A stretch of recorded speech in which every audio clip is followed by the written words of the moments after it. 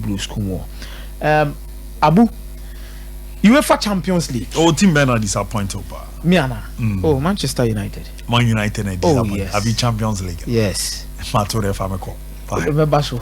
Fameko. Not in our Fameko. Yes. Abu Dhabi. And now, under 27 minutes, now Arsenal lead RC Lens by 4-0. Now, Abuana and Pimpi now intensity when it comes to the UEFA Champions League. Ateta not only say what a solid result they are Arsenal in the game against RC Lens, but for a long period of time, you Arsenal some more room into the UEFA Champions League and see one of my also say group stage. Almost qualify in the knockout round, and they look so good. Now, Abu, no me say you take a little bit of time. Near sure the way when it comes to Ateta, time we pay more Arsenal in the Jumedi Now, where Arsenal 201st game under Mikel Arteta. It against none other weekend your mobile Brentford. And we need by go to know that was the 200th match for Arteta. Now, assessing Arteta in the first 100 games and in the second 100 games against other managers on my back Arsenal. It's as compared to other managers or coach Arsenal in their first 200 games omudijina bench edemeye Arsenal any omu win percentage omu edemeye Arsenal now say now the candidate so Arsenal move call the first 100 games you go back to that it usha Mikel Arteta first 200 games 116 wins 34 draws then 50 losses representing 58% win rate Arsene Wenger first 200 games, you know, aging at 56%. George Graham 200 games, aging at 54%. George Allison the aging at 48%. Herbert Chapman the aging at 44%. Sane Twatwa. So it's Abu Dhabi. Osha Arteta has even bettered the record and that one of them Arsene Wenger in the first 200 games as a coach for Arsenal. Now baby I done the number of games I was born the wins now what me now. It tells you a level of improvement. But because Arteta and Shas ye, I say a bro remove some other part of the time at Arsenal and your Masha say improving. Here Arteta first 100 games and then the second 100 games, and you understand the reason why he has really improved. Abu way Arteta first 100 games in the Premier League, in the 69 matches in the Premier League in the first 100 games, 33 games and winning. 15 or drawing or lose 21, representing 48% when it comes to the Premier League. In the first 100 games, win rate. In the Europa League, 16 matches in his first 100 games, 10 wins, 3 draws, 3 losses, and representing 63%. Then over Champions League, Wambo be in the first 100 games. FA Cup, 8 matches, 7 wins, 1 loss, 88%. Then League Cup, 6 matches, 4 wins, 1 draw, 1 loss, 67%. Then Community Shield 1 and a lose or draw 1. Penalty shootout and Arsenal the day. And then when so the first 100 games, open competition pan Arsenal demu sonko pana na FA Cup niti. It is no news that Arteta be pay more Arsenal on the first 100 games mu no the FA Cup and the Arsenal. We are only free on my Europa League ni beba. You will say any Sporting CP Arsenal ko kon anim ko here den. Ekopie mo baby man yoma koye di mo. But now see the second 100 games of Arteta the same graph now we move you every was here no. You come back to the same graph. And now in the Premier League Arteta 78 matches in the second 100 games, 51 wins, 10 draws, then 17 losses, representing 65%. So comparatively, offer Arteta first 100 games in the Premier League, now the win rate is 48%. The second 100 games in the Premier League, the win rate is 65%. That means I improving so well and gap new. Then over checking the Europa League and also Gina Pepe 63%. Champions League, Arteta second 100 games for Arsenal. When you Akomeah Ababerem, 4 matches, 3 wins, 1 loss, and Abu Dhabi aging 75% win rate. Then you look at the FA Cup, 3 wins.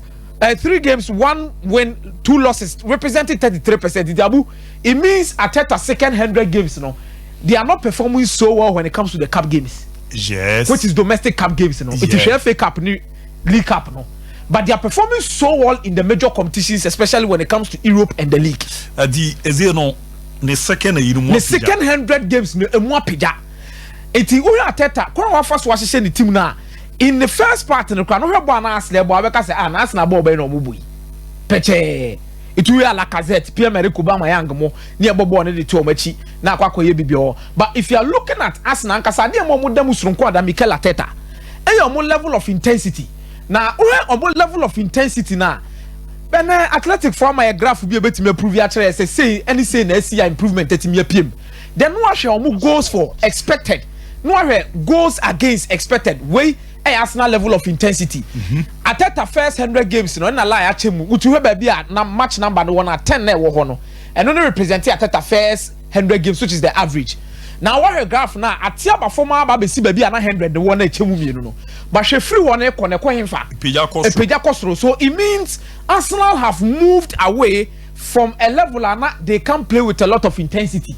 Now only your mobile be ready say we have a lot of stamina who are holding bebre and some are betime face you what team face you and that is what has given Arsenal the needed load. You read the XG4 and the XG against and you understand where Arsenal have actually improved when it comes to say yeah bobo dia or more expected goals against them and expected goals for them. Oshe we no expected goals for Arsenal in the blue color no and expected goals against no and a red color no. It was before Ateta 100 games no and as Ateta everybody second 100 games no.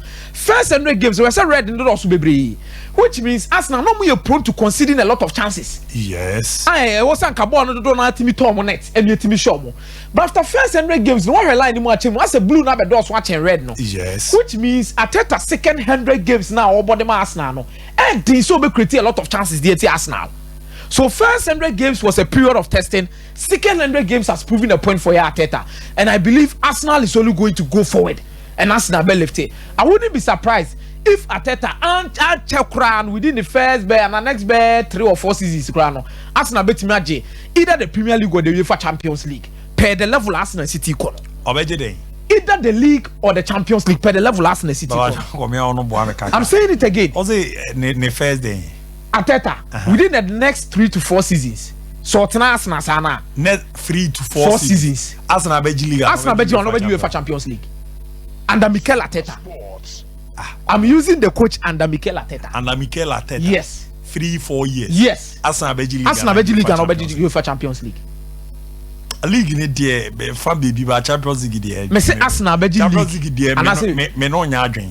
Nyame ne ebon pa say o man nkwa. No man ahoden. No man nyini nche. Ne nhwa ade. Arteta the Arsenal Beji champion. Yes. Mikel Arteta. Yes. On the bed, the first manager of the Arsenal Beji Champions League. I mean, can I have the form na bana? Abu can have form the day. Abu Metimaka say, and the performances was as equal like the Uni Piano. But at some point in time, when you score a goal and all of these things, I think Arteta is trying to find a way and means for him or no better me as a force no better PD pa baba kakra. But Abu moving away from Arsenal, and it was a memorable moment for Giovanni Simoni. Also, our Atletico Madrid coach, arch rivals of Real Madrid, even Barcelona, but in terms of the same city, and your money Atletico de Madrid. Now, and before the game, no Papa go hotel. Now, Papa, where even Barcelona against Real Madrid, the Messi tree, but Madrid full players bear 5 do Bokoto net one quarter final. Quarter final match. I know that particular game. This particular match, Papa ran the same stadium because of the rivalry between the two sides. But there no Crampo Tunche, he had opportunity to watch that game and he feels to say and no Crampo is also Okaka in the money and Wahua. Saying that they will come remu our Stadio de Bernabeu, Ekoshego, Edith Real Madrid. The father will be so much proud at what he has done because before the game, Papa de Bar Hotel and Oba Napoli Hotel on Onyomu Didim Command or catching the band said the band and call for go. No better na TV at Yashin. And I think a father will be so proud, seated behind the sofa, watching Seneba at Timianaba bedroom pempen so to say. No room at the Champions League at this stage. Na Otimia Bobo at the Atunet at the They did not win though, but I think he's proving a point under Water Mazari that he could be a starter for Real Madrid in no time. Abu, and then movie on Andrew Onana, Andrew